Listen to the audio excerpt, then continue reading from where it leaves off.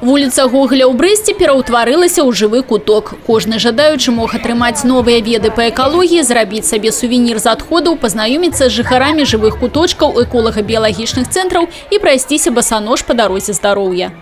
Цель акции – привлечь наибольшее количество жителей города и детей, и молодежи к сохранению природных богатств Брестщины. О природзе и правилах яе захавання гэтыя дзеці, здаецца, ведаюць усё и с задовольнением делятся своими ведами с іншими. Чтобы люди берегли природу, потому что она очень ценна для нашей земли, для нашей жизни. И каждый человек должен знать, что находится у него вокруг, в доме, где он живет. Асаблівая ўвага падчас акцыі тэме перапрацоўкі бытавых адходаў. Сёлета дзень аховы навакольнага асяроддзя праходзіць пад дэвізам «Бой забруджванню пластиком». Пластик, попадая на землю, он очень долго перерабатывается, и в нем очень много химических веществ. Мы рассказываем о том, как правильно сортировать мусор, чтобы его в дальнейшем можно было переработать. Яшчэ одна важная тэма – збор і перапрацоўка адпрацаваных батарэек. У школах вобласці ў гэтым годзе праходзіла акцыя «Батарэйкі здавайцеся», падчас якой дзіцямі было сабрана больш за 112 тысяч батарэек. Лідараў добрай справы узнагародзілі дыпломамі і прызамі. Мы собрали 12 тысяч батареек за 2 месяца.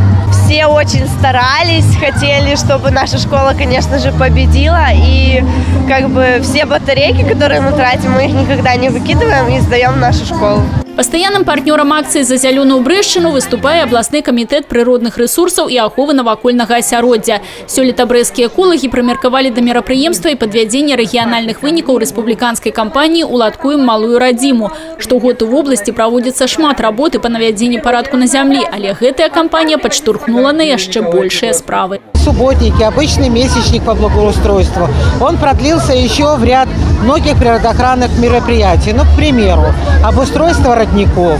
Очень много вопросов сделано по посадке деревьев, по посадке кустарников, цветочному оформлению.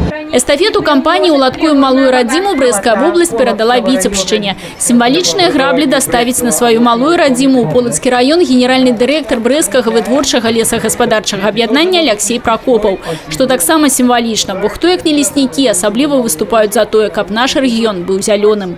У нас в этом году проведена очередная неделя леса. Все лесхозы в рамках недели леса практически выполнили свои обязательства, выполнили планы по посадке и созданию новых лесов. Дарэчы, з перадачай эстафеты Віцебскай вобласці мерапрыемствы па ўладкаванні малой радзімы на Брэсчыне не завяршаюцца. У пацвярджэнне на тэрыторыі дапаможнай школы Брэста эколагі разбілі аромасад. Да пасаджаных раней кветак і духмяных траў былі высаджаны шарападобныя і пірамідальныя туі. Яны не толькі ўпрыгожаць двор школы, але і паспрыяюць рэабілітацыі яе вучняў праз араматычныя пахі. Людмила Салзна, Сергей Матвейчук, телерадиокомпания «Брест».